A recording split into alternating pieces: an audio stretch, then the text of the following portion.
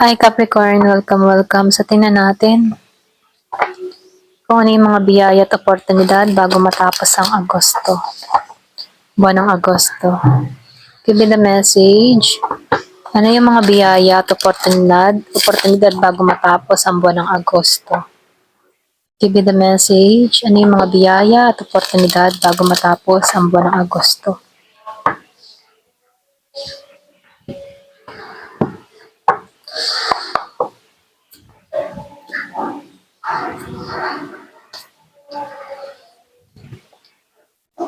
So dito meron akong nakikitang recognition na mangyayari sa'yo. May pagkilala. Okay? Kumaga kung ano yung tinatrabaho mo, ano yung ginagawa mo, lalo na sa social media.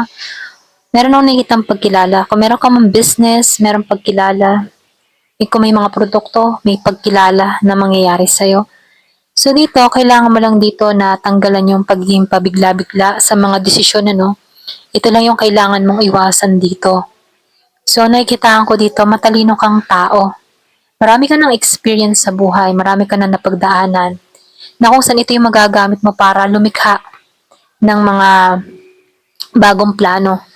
So, swerte ka pagdating sa kaperahan. So, ipagpatuloy mo lang to, Yung mga plano mo, yung mga ideas na pumapasok sa kaisipan mo, makakatulong to para ma-develop pa yung ginagawa mo.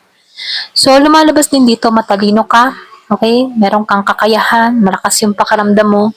Hindi mo pinaiiral yung emotion mo at nagiging kang matalino sa mga desisyon mo. Meron akong nakikitang mensahe dito.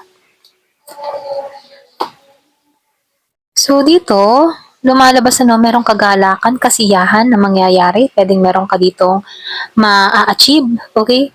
So lumalabas dito na meron kang matatanggap na blessing na magbibigay sa'yo ng kagalakan, kasiyahan para sa sitwasyon mo. So yung iba naman sa inyo, nakikitaan ko din dito, meron kang matatagpuan na harmony, okay? Pwedeng yung iba sa inyo napupuna ka, nakikita ka ng ibang tao na panatag ka, okay ka, merong nakakapuna sa'yo, na nakaka-recover ka sa mga sitwasyon.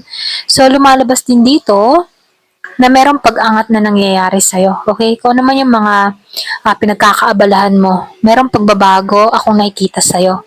So, yung iba sa inyo, merong nakamasid, merong nakatanaw sa'yo, merong nakatingin. Kung magkakita ng tao na to na masaya ka na, tanggap mo na lahat ng mga pagbabago, or meron ka ng mga binabago sa sarili mo, pwedeng past lover mo to.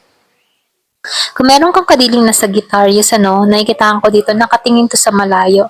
Kita nitong tao na to yung pagbabago na nagaganap sa'yo. Kumbaga, nakikitaan ko dito, patuloy ka sa paglago, na kung saan ang gusto mo mangyari ay magtagumpay sa ginagawa mo. So, nakikitaan ko dito, marami kang responsibilidad sa buhay. Marami kang mga ginagawa. Pwedeng yung iba sa inyo breadwinner, pwedeng single mother, single father. Kumbaga ikaw lang yung umaako, or pwede rin long distance ka, malayo ka sa asawa mo. Ikaw yung may responsibilidad sa mga anak mo. Ganun. Kumbaga marami kang obligasyon. So nakikitaan ko dito, meron kang mga iniintay sa panahon ngayon. Pwedeng meron kang iniintay na pera, tawag, proyekto, package, letter, So nakikitaan ko dito yung pag-iintay. So sinasabihan ka dito, yung iniintay mo, parating to. Okay? Magtiwala ka lang dito. So meron lang konting restriction, Ito lang yung nakikita ko. So lumalabas dito na meron lang ditong konting babala. Huwag ka masyadong mag-share sa mga information mo, sa mga nangyayari sa'yo, sa mga ganap mo sa buhay mo. Okay? Ito lang yung mensahe sa'yo. So, tingnan pa natin.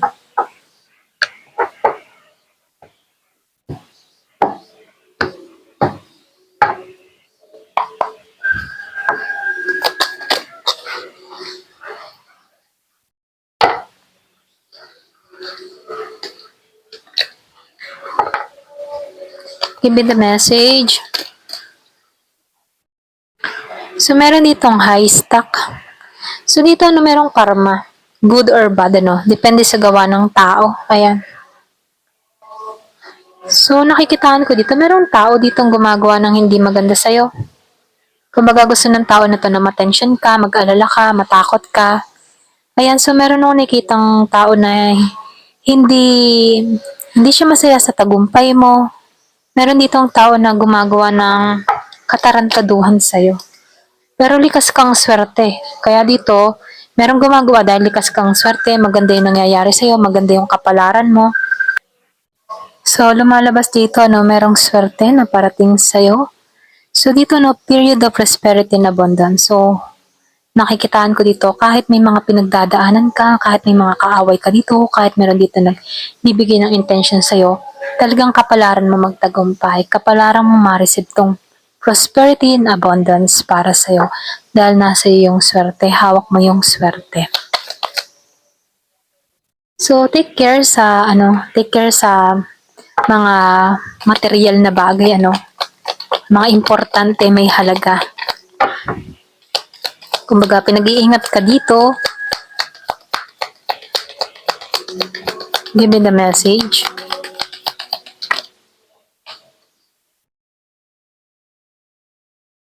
So, sinasabihan ka dito, successful outcome to your problem. Kahit may mga problema kang dumarating, magtatagumpay ka dito. So, you will receive gift. Meron kang marireceive na regalo. So, dito, you're receiving and giving precious gift. Meron kang marireceive na regalo mula sa tao.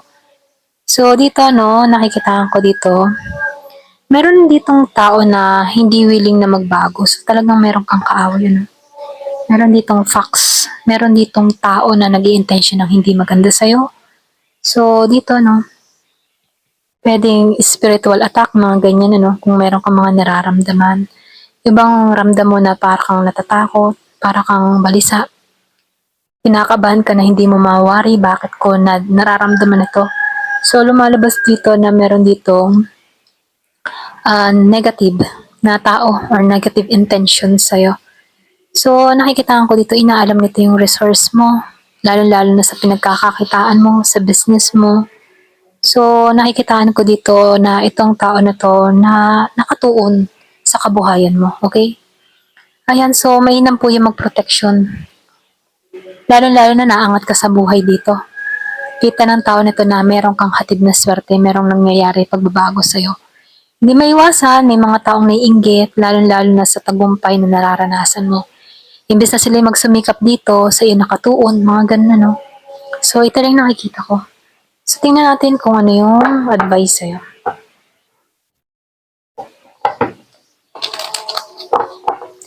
Give me the message.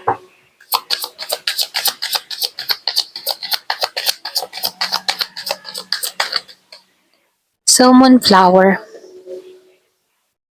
So, dito, nakikitaan ka, yung mga tipong lumalago ka, hindi ka naman pala labas na tao, ganyan, like kang nasa bahay. Pero merong pagbabago na nangyayari sa'yo, appearance mo, sa katawan mo. Pwede rin sabihin na kahit wala kang inspirasyon, or wala kang, kung ikaw man ay single, for example, ikaw ay single, wala kang inspirasyon. Pero feel mo lang na may baguhin sa sarili mo. Hindi dahil gusto mong magpahanga sa ibang tao, kundi gusto mo lang i-develop yung sarili mo. Kaya ipagpatuloy mo to, ganon.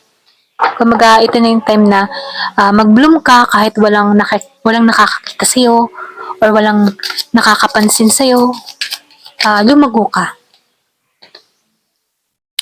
So, sinasabihan ka dito, huwag kang matakot.